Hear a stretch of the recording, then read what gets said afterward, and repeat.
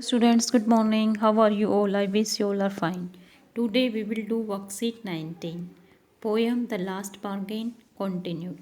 Student, in last worksheet also we studied the poem The Last Bargain, and in this worksheet also last two stanza of the poem The Last Bargain we will study. As you all know, this poem is prescribed in your syllabus in textbook Honeydew.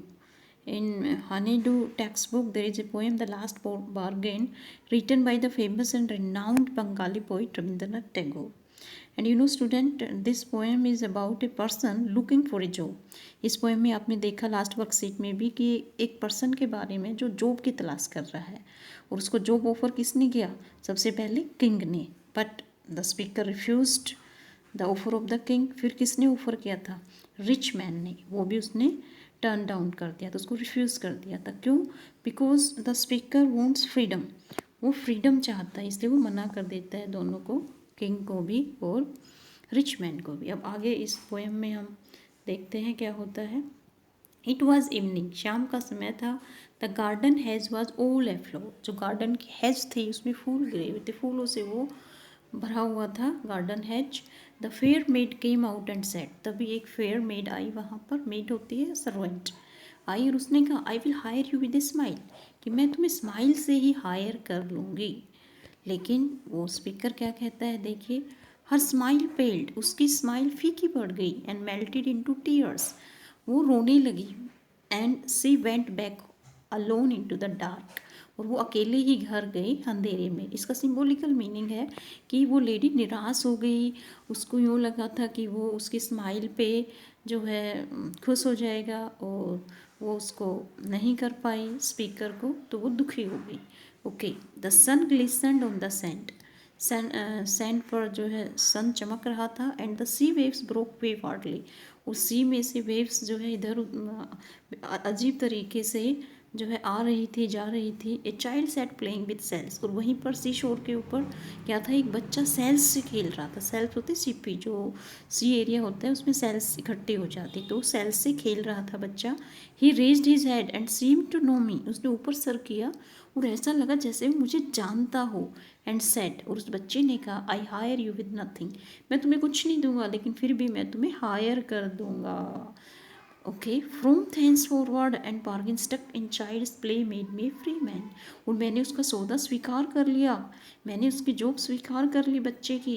और बच्चा जो खेल रहा था उससे मुझे ऐसा एहसास हो रहा था जैसे कि मैं फ्री मैन हूँ, मुझे गुलामी एहसास नहीं हो रही थी. बच्चे के साथ खेल कर मैं खुश था. तो यही मेरा क्या था, लास्ट बार्गेन, जो कि इस पोएम का टाइटल है. तो लास्ट बार्गेन में उसने किसका ऑफर एक्सेप्ट किया? The speaker finally accepts the offer of a child which is the last bargain. Okay student, अब डिस्कस करते हैं question answer. First question is what did the young maiden offer to hire him with. जो young maiden I, maid I, वो उससे किस चीज़ से higher करना चाहती थी स्पीकर को? मनी और स्माइल? स्माइल से हायर करना चाहती थी वो made, but the speaker was not hired. Okay. Second question is the word a flower means. A flower का मीनिंग क्या होता है? कवर्ड विद फ्लावर, फ्लावर से ढके हुए को हम बोलते हैं ए फ्लावर. ओके. हेज था ना ए फ्लावर, हेज के ऊपर जो है फ्लावर्स गिरे हुए थे हेज के ऊपर. Okay. Third question is the speaker did not accept the maid's offer because. Speaker ने मेड के ऑफर को स्वीकार नहीं किया क्योंकि सी वॉज फेयर, वो फेयर थी. He knew that emotions are not stable and that eventually her smile will fade away. Yes, speaker को पता था कि इमोशंस क्या होते हैं, टेम्परेरी होते हैं, स्टेबल नहीं होते हैं, और मुस्कान जो है फिर गायब हो जाएगी, इसलिए वो स्पीकर उससे हायर नहीं हुआ. Now question number 4, the word dark in the third stanza of the poem symbolises. देखो, डार्क का मीनिंग डार्कनेस होता है, लेकिन सिम्बोल प्रतीकात्मक यूज हुआ है इस पोएम में, सिम्बोलिकल यूज हुआ है.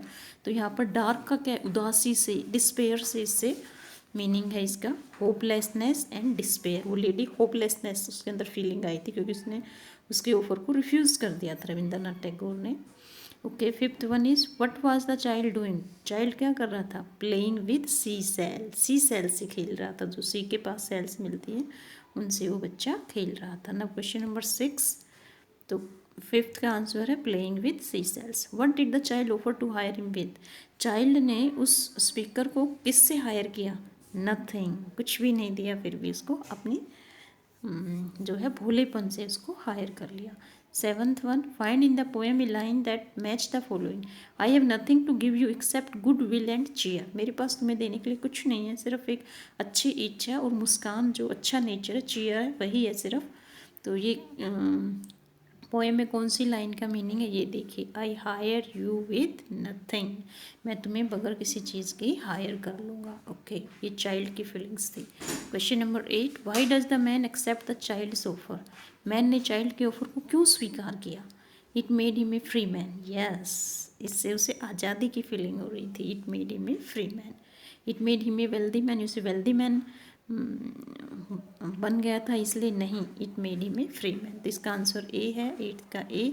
It made him a free man. तो ये बिल्कुल आसान सी पोएम थी, आपको समझ में आ गई होगी student. Thank you for watching, have a nice day.